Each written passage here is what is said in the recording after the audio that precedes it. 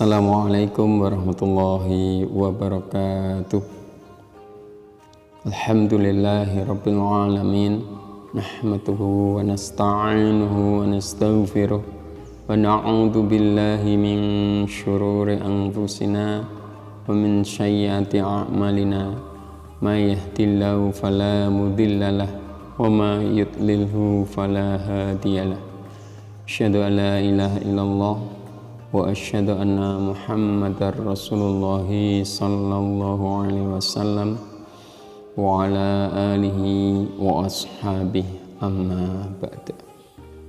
Kaum muslimin wal muslimat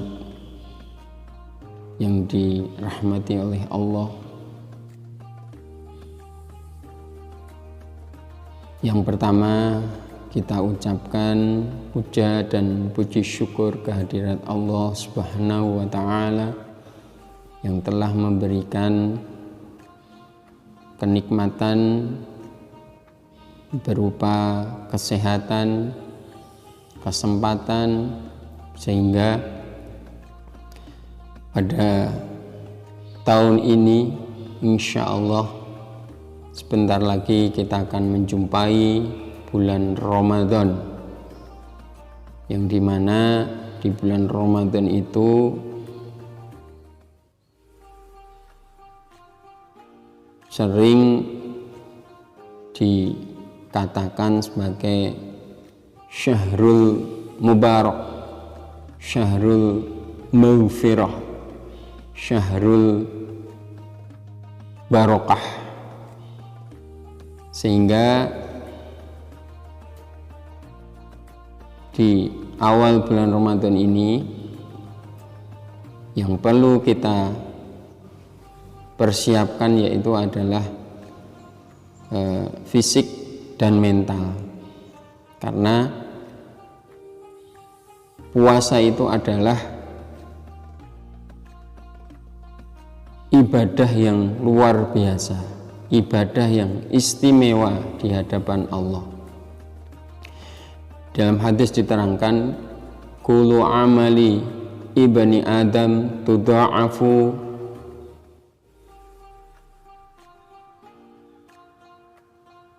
wa hasanatu bi asri amsalihah ila sab'imi'ati dhi'fin.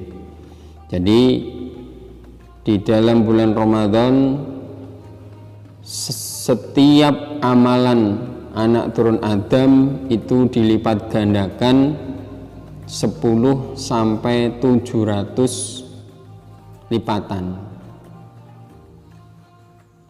Illa saum, kejaba poso, kecuali puasa. Karena apa? Puasa itu Allah sendiri yang akan membalasnya. Jadi puasa itu untukku, ya. Nah, ana ajzibih. Jadi aku sendiri yang akan membalasnya. Sehingga puasa ini adalah ibadah yang istimewa di hadapan Allah. Sehingga mari kita semua umat Islam, umat Muslim bersiap untuk menghadapi bulan Ramadan. Dalam hadis terangkan, fattaqu syahra Ramadan fa innal hasanatu tudha'afu ma la tudha'afu lima syiwahu wa kadzalika sayyi'ah. Jadi takutlah pada bulan Ramadan di mana kebaikan dilipat gandakan, begitu pula kejelekan. Dalam bulan Ramadan diusahakan kita bisa sukses, 5 sukses dalam bulan Ramadan. Yang pertama adalah sukses puasanya. Man soma Ramadanan imanan wahtisaban ghufira lahu ma taqaddama min dhanbih. Barang siapa yang berpuasa karena Allah dan mencari pahala, maka dosa-dosa yang telah dilaluinya diampuni. Yang kedua adalah sukses baca Al-Quran. Man qara'a harfan min kitabillah falahu hasanatun walahu hasanatun bi asri amsalihha. La aqulu alif lam mim harfun walakin alifun harfun wa lamun harfun wa mimun harfun. Di barang siapa yang membaca Al-Quran satu huruf itu pahalanya adalah dilipat gandakan 10 kebagusan. Apalagi kita bacanya di bulan Ramadan, maka akan dilipat gandakan 10 sampai 700 pahala atau lipatan pahala. Kemudian Nabi tidak bersabda alif lam mim itu satu huruf, tetapi alif satu huruf, lam satu huruf, mim satu huruf. Jadi kita baca alif lam mim itu 30 di hari biasa. Kalau di bulan Ramadan akan dilipat gandakan yang lebih banyak lagi. Maka diusahakan bagi yang sudah bisa membaca Al-Quran bisa khotam minimal 1 kali. Yang ketiga adalah sukses sholat tarawih. Man koma Ramadanan imanan wahtisaban ghufirallahu ma taqaddama min dhanbih. Barang siapa berdiri, maksudnya sholat tarawih di malam bulan Ramadan, maka dosa-dosa yang telah lewat atau yang telah dia lalui semua diampuni oleh Allah. Yang keempat adalah sukses Lailatul Qadar. Dalam Al-Quran surat Al-Qadar diterangkan, a'udzubillahi minasyaitonirrajim, bismillahirrahmanirrahim, inna anzalnahu fi lailatul qadar wa ma adraka ma lailatul qadar lailatul qadri khairum min alfi syahr tanazzalul malaikatu warruhu fiha biidni rabbihim min kulli amrin salam ya hatta matla'il fajr.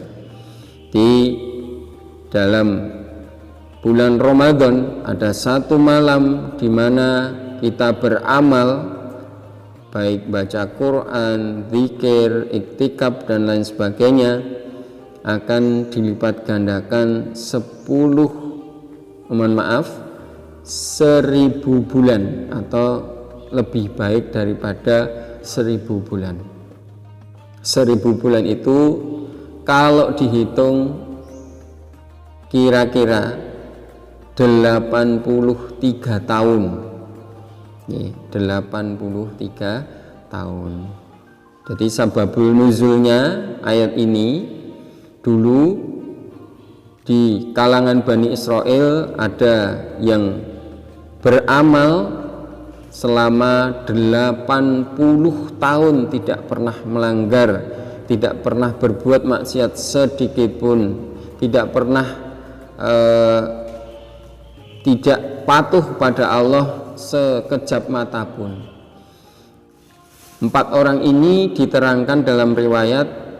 Yang pertama adalah Nabi Zakaria, yang kedua adalah Nabi Ayub, yang ketiga Yusha bin Nun, yang keempat adalah Hizkil bin Ajuz. Ini adalah 4 orang dari Bani Israel yang beramal baik kepada Allah, tidak pernah melanggar, tidak pernah maksiat selama 80 tahun. Sehingga Nabi diceritakan oleh malaikat Jibril terheran-heran, kok ada ya orang beramal kepada Allah tidak pernah melanggar, tidak pernah maksiat selama itu. Akhirnya turun wahyu Lailatul Qadar. Malaikat Jibril berkata, wahai Muhammad, kamu dan sahabatmu sama heran kepada pengamalan 4 orang ini, tapi Allah menurunkan yaitu Lailatul Qadri khairum min alfi syahr.